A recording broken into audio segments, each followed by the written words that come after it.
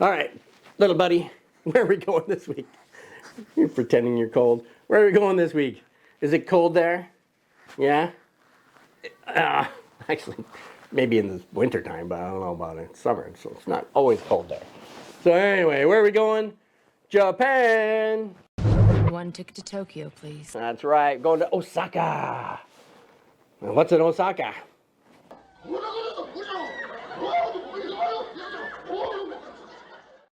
Do you know what's in Osaka? You know? Okay, you're a great little actor. Minolta, that's right. Minolta started their business in Osaka, Japan, and that's what we're looking at today.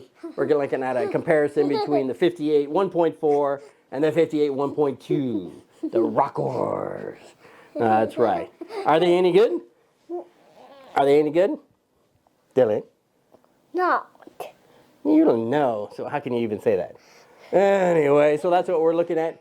And so grab yourself something to eat or drink. Get yourself comfortable. Oh, if you don't mind. It's not really. And let's get it on. let's get it on. Here I am, Vietnam. Rain is always coming down. This is Camera Talk with Dr. Scott and his little co-host Dylan, who's outside playing with his umbrella at the moment.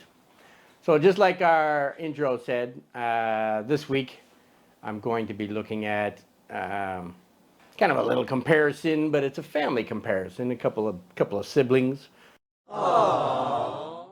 From the Minolta line, the Rocar line, to be specific, and they're both 58 millimeters. One is a 1.2 classic. The other is a 1.4, also a classic. You know, they're both well loved within the vintage lens community. I like you a lot. But how do they compare head to head with each other? We're going to find out, right? So anyway, what's Minolta all about? I'm sure you've heard the name Minolta. Alpha 9000新発売 Right? Out there, I mean, it's no longer producing lenses and camera systems and everything else. But, and I mean but, Like big butts, and I cannot lie. You other brothers can't deny. it started way back, 1929. A little before Dr. Scott's time. There was a gentleman named Kazuo Tashima. Over-the-top rendition of the Japanese accent. Kazuo Tashima. You have to excuse my lame Japanese accent, but I try to pronounce these names as best I can. And he started up a company in Osaka, Japan, back in 1929. And the name of the company, if you're ready for some more Japanese butchering, is Nichidoku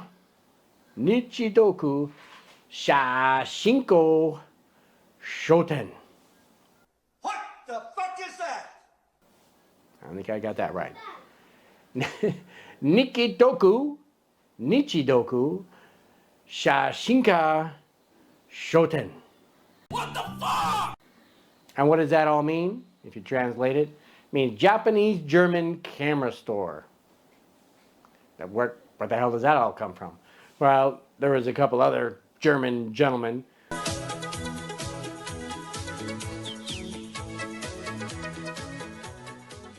who partnered with Kazuo, and you know, together they were manufacturing photographic equipment and lenses and so forth at the time.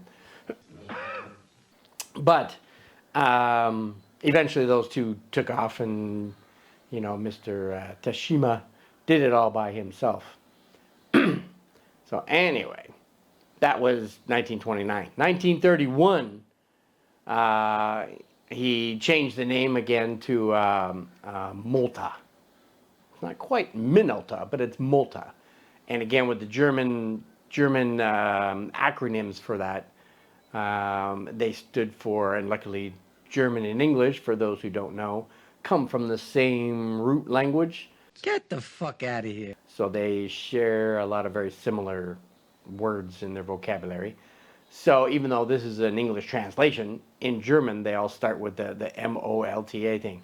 So mechanism, optics, lenses by Tashima is what Multa stood for. And then a couple of years later, they added instruments.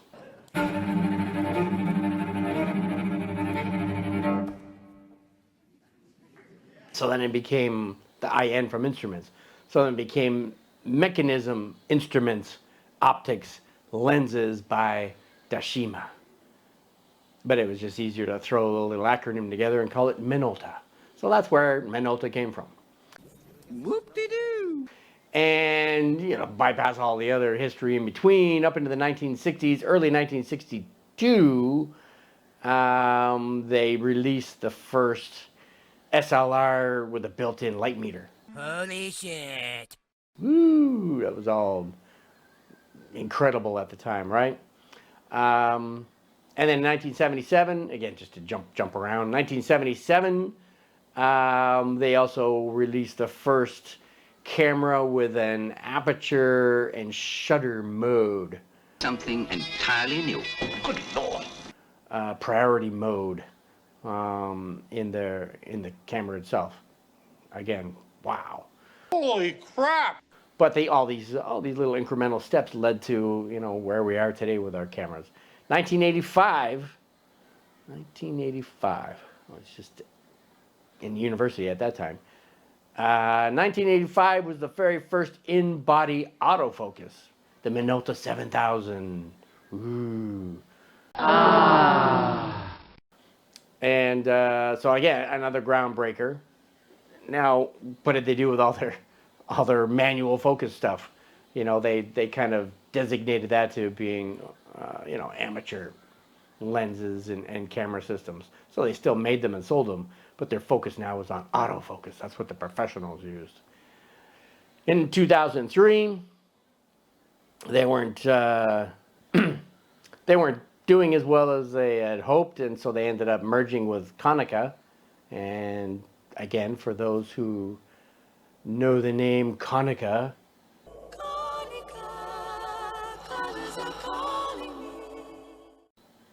again, they produce a lot of great lenses and things, systems, camera systems.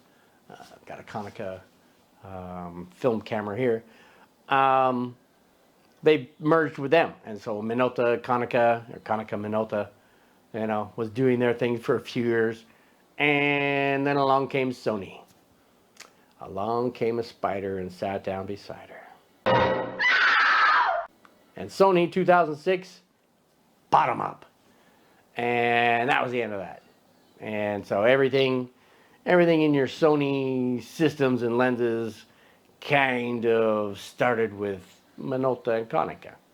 And then Sony learned the ropes, so to speak, and then obviously starts developing their own stuff. So anyhow, that's what a little history of Minolta and where that all came from. Now, as I said, I have a couple of models of Minolta lenses, and this particular one I'm holding here is a 58 1.4. It's the MC Rokar PF. Now Rokar is again less like Nikkor or, you know, Summicron or Summilux. You know, the lens manufacturers come up with little nicknames for their camera or for their lenses. And Rokar is rumored to come from Mount Roka. This monster of a hill called Mount Roko. Roko, I think it is, which is in Osaka, and I guess you could see the mountain from the Minolta factory there. So they added an R to it, probably borrowed from Nikon with their Nikkor, and called it an Rokar, where that comes from. And you know, again, this particular one here in my hand, I could tell the age of its model is because of the focus ring has hills and valleys, as they call it, versus just flat focus ring with ridges, with serrated ridges, which was the first model. So this was the second model of this particular lens with the hills and valleys, and it was produced in 1969. So as I said, it's MC Rocar. So this is the MC2 Rocar. And again, when these things were finished their production and moved on to Minolta's next version, that was the MD family or line of lenses. So this is the 58 1.4. Now the one on my Sony here is again, it's a 58 millimeter 1.2, and it's an MC again line Rocar with orange writing Rocar with an X, and that just designates that it was sold to North America, you know, Canada and USA. Good day. How's it going? Okay. Boy. No different other than that on this. So anyhow, this was the lineup of the day, and this was this MC Rocar X line was the last one in its line before it became an MD, and they started producing these in 1973, and it actually has a rubber ring versus the metal ring on the 1.4. So again, we'll just have a little look at what the differences are on these, and you know, to go over the specs, since I'm holding the 1.2 in my hand now. That's what she said. Build is quite nice. I mean, very smooth. You know, again, for something its age. But the Japanese were known for that. You know, using good lubricants, and That's how you use it. their engineering production was nice. Their quality control was great compared to like Soviet lenses and whatnot. They suck. They just suck. Anyway, it's 7 elements in 5 groups.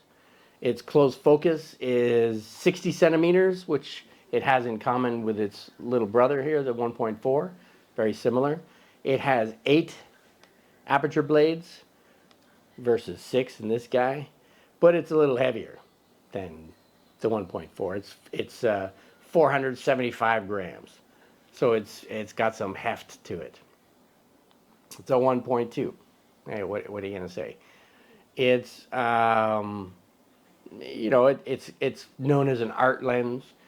I'm a fucking artist. I'm sensitive as shit. The 1.2, it's not the easiest thing to get into focus. You know, again, because of its 1.2 is a pretty shallow depth of field. So a lot of people, when they're using it, they may claim that it's very soft focus, wide open, and the reason it's soft focus is because they missed focus. It's more like it. If you nail the focus, it's actually pretty sharp. So, and then 1.2 to 2.8 is kind of its range. If you're going to use, you know, if you're going to use this thing at 0.5, 5, 6, and 8, and whatever, there's better lenses to do that with than if you're going to get a 1.2. And as we already discussed in other videos anyway, if you're going to get a 1.2 of anything, shoot it at 1.2. You know, it's kind of get your money's worth out of that shallow depth of field anyway.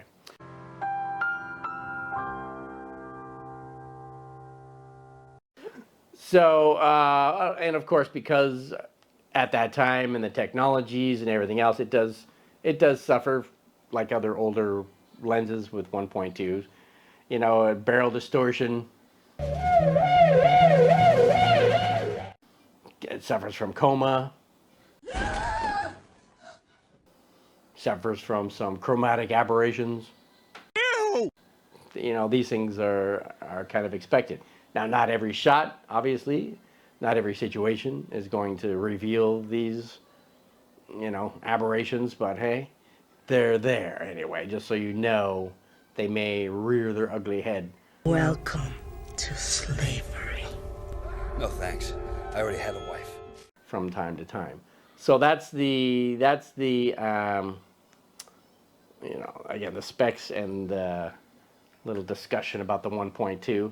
And as usual, let me do what I normally do, which is get a try and get as sharp as I can on my Canon M50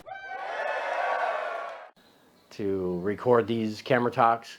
And what I do is try to focus in on the writing on the nameplate on the end of the kit lens, which is a 15 to 45 EFM lens, and to see how sharp that that writing can be. So anyhow, let me do that. And just because I have this autofocus adapter that I put on here so I can actually autofocus my manual focus lenses. Not that I'm being lazy, but again, I haven't used it in a few months, so I just feel like taking it out for a drive today. So I'm going to use it for this. And basically what it does is it allows from the electronics, it allows the camera to use its autofocus to, you know, shift the distance between the lens and the subject, and it does it moves back and forth, and that's how it works with its autofocus. Anyway, so it's not truly autofocusing, but it's just shifting the distance. Whoop-de-fucking-do! So anyway, so I'm going to use that again just to get in as best as I can. 1, 2, 3.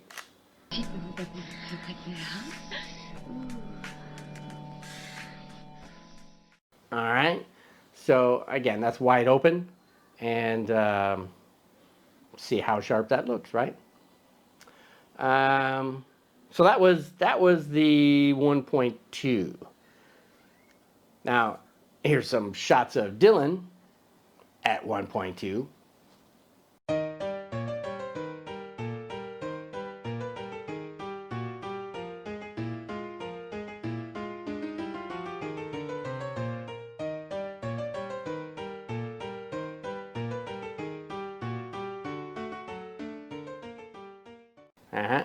How do you think he looks? Pretty cute, yeah? Well, he thinks so anyway. So let's take a look at the 1.4 and see how that compares. And we'll do it side by side, just so you can see the same setup, but with different same setup with different lenses. All right, so I'll take that off here, put that on here for safekeeping. Put my 1.4 on here, which is, where's my little dots? All right, should be dots right here. Where's your dots, mister? All right, so that's the dot there. And line this up here. All right. So this is my 1.4. Now the 1.4, let's look at the build of that. The 1.4, again, is an older, this is an older, At least we're not fucking idiots. lens. So the 1.4 was introduced in 1969, and it is 6 elements in 5 groups, so there's one less element. Has the same close focus of 60 centimeters as its 1.2 brother, so it's you know, you can get fairly close. It has 6 aperture blades though versus 8 here, so obviously wide open you're not going to notice any difference, but if you stop down you're going to get that nut-shaped bokeh ball. And we like our balls round, right? Say everybody haven't seen my balls. So anyway, and it's 275 grams versus 475, so a 200 gram difference in that regard. And this was a Rokar PF, and I forget what the PF stood for. Oh wow, you can look it up. But it has, again, it's great wide open, 1.4, great for portraiture and whatnot. Its sharpest, element's going to be, it's not bad at f2 even, but 2.8 to 5.6 is its sweet zone for sharpness, if that's what you're into. Nice bokeh, good image quality, has a pretty good reputation. A lot of people like this lens, so I do too.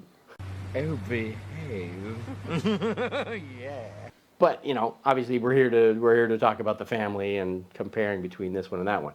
So let's do the same thing. Try to I'm going to focus in on the nameplate as best I can and see how that looks. Again, wide open. Am I already there? I think so. Hang on. All right. Get it balanced. All right. 1, 2, 3.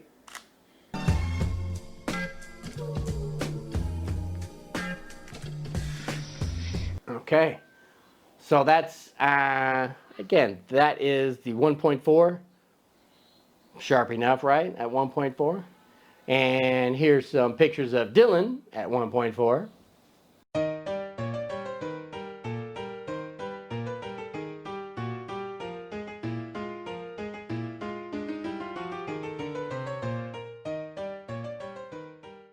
Just to show you what that looks like, right?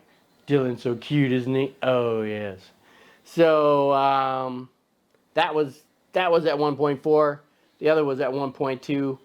And let's look at some comparisons side by side of we'll use my my little penguin friend up there to do a side by side. And that's here.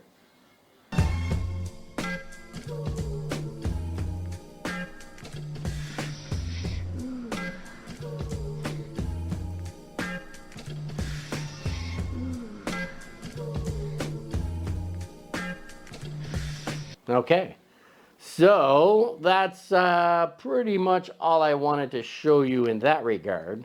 I could show you some random photos using both of these, of other stuff other than Dylan and other than my little penguin friend, right here.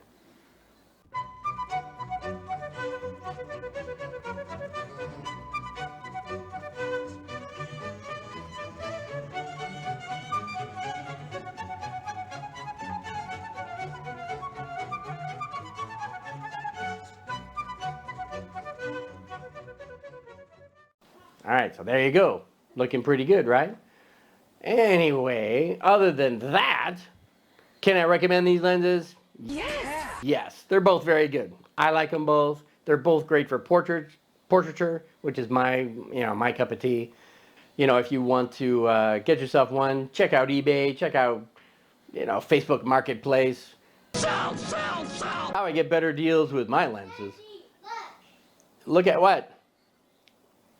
As I buy like my Konica, film camera. It came with a 58 1.2 on that, the Konica 58 1.2. Very nice.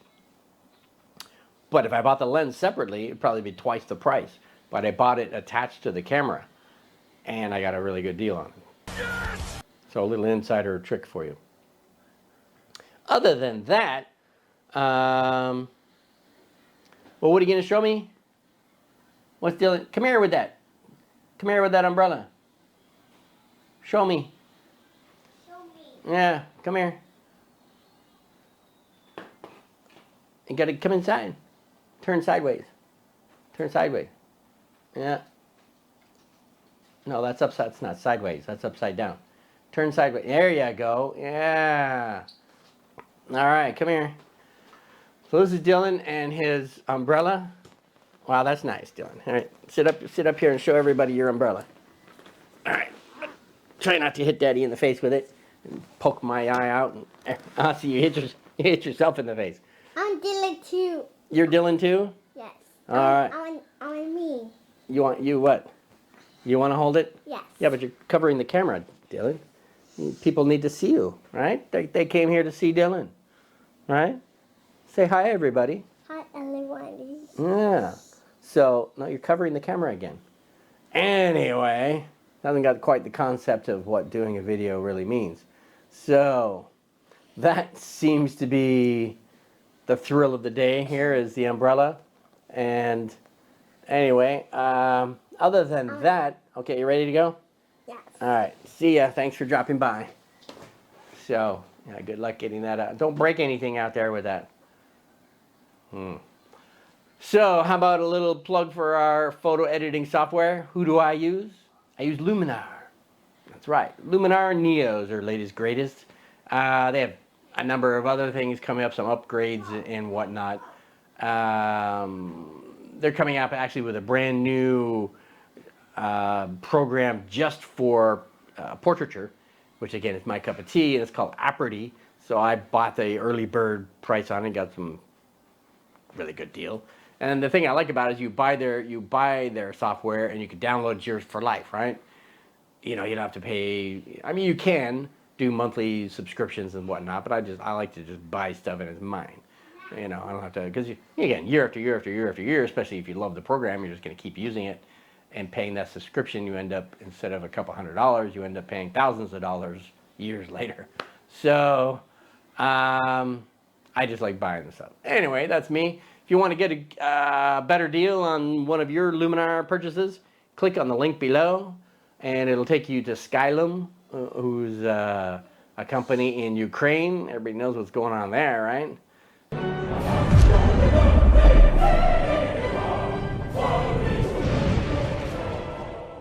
So you're doing them a favor as well, keeping them up and running while bombs are dropping on them and everything else.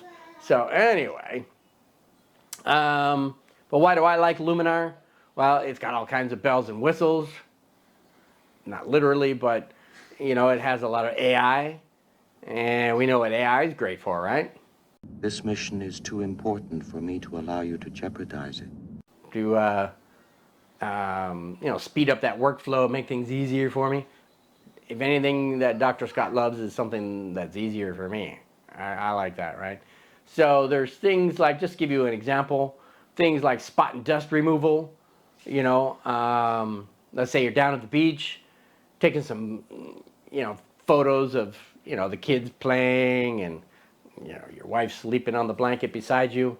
And since she's sleeping on the blanket beside you, you look over and you see some hotties down there. You go, wow, they're pretty hottie. I remember back in the day when I used to be able to get some hotties.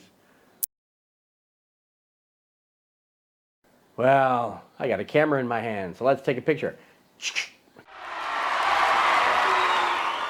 Got a picture of some hotties.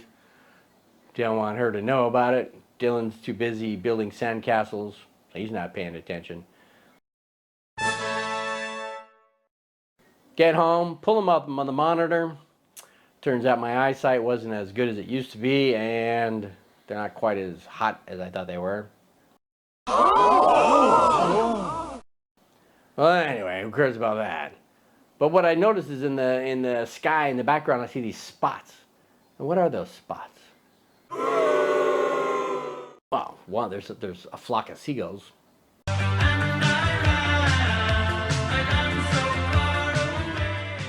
No, I mean the actual birds. But there's these spots in amongst the birds. And what are they? Well, it turns out you have a dirty sensor. I had a dirty sensor.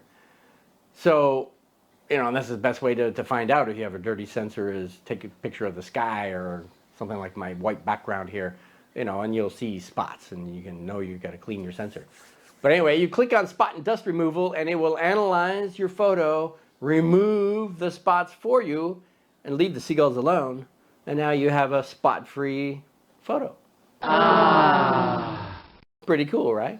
Well, it has all kinds of other stuff too. It, you know, masking AI, background removal, sky replacement, which is not that big a deal. A lot of programs have that. Scenery lighting, It can subtly shift, you know, the light intensity from one side to the other or whatever. It's again subtle. It's not like a spotlight or anything. Hey, no breaking stuff. I told you. Remember? Don't throw stuff. Fuck off. You threw off where I was. Anyway, so it's got all kinds of cool stuff. Get yourself a copy. And if you use the link below, they share some of that with me. Or at least they say they do. I don't know if they do or not. But what do they do with that? What do they do with that money that you save? Talk it out, man. Well, they should be sharing that with me, not the doobie, but the money. And you know, it's a great, like I said, it's a cool program. I like it. You know, I've been using it for years already. It actually really sucks. So, other than that, how about you help support our channel? Oh, yes. And I don't mean financially, but I mean subscribe. That's right. Subscribe. How about 2 fingers? It's a charm, right? Subscribe! And what else does YouTube like besides subscribers?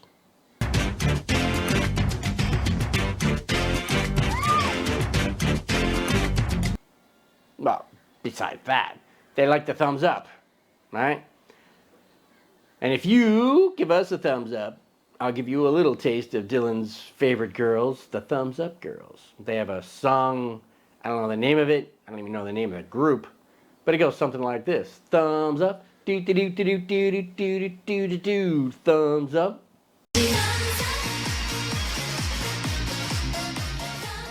Aren't they cute? Yeah. So, all right, so who are we? Well, we, as in me and Umbrella Boy out there. I'm Dr. Scott. He's Dylan. I'm Batman. I'm Spartacus! Bond. James Bond. And together we're all Modesty Photography. We're here to talk about tips and tricks about photography, vintage lenses, vintage cameras, camera systems, camera stuff, techniques, why I like this or why I like that, you name it, we'll talk about it. You suck. So, what do we do these? We do them every Friday.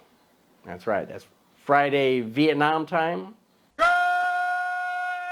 morning, Vietnam. So, that could be the day before you, the day after you, or the same day as you, depending on your funky time zone. Should you come back next week? Well, I think so. Why? Because like I tell my students, you belong here. That's right. And where do you belong? Well, this was Camera Talk with Dr. Scott and Umbrella Boy Dylan. That's right. So thank you for dropping by. Thank you for listening. Thank you for subscribing. Thank you for the thumbs up. Thank you for buying some Luminar through our link. And thank you for just being you. Thank you. Because you're the reason that we're here. I can't lie! For the most part. We actually do this for ourselves just so we can sit back and laugh and go, oh, what a dork. Anyway, I think that's it. Is that it, Dylan? Are we all done? Yes! Huh? Yes. You're what? Oh, I think he wants to eat dinner or something. All right. Whatever. So anyway, you're free to go. See you next week. Bye-bye. Here I am,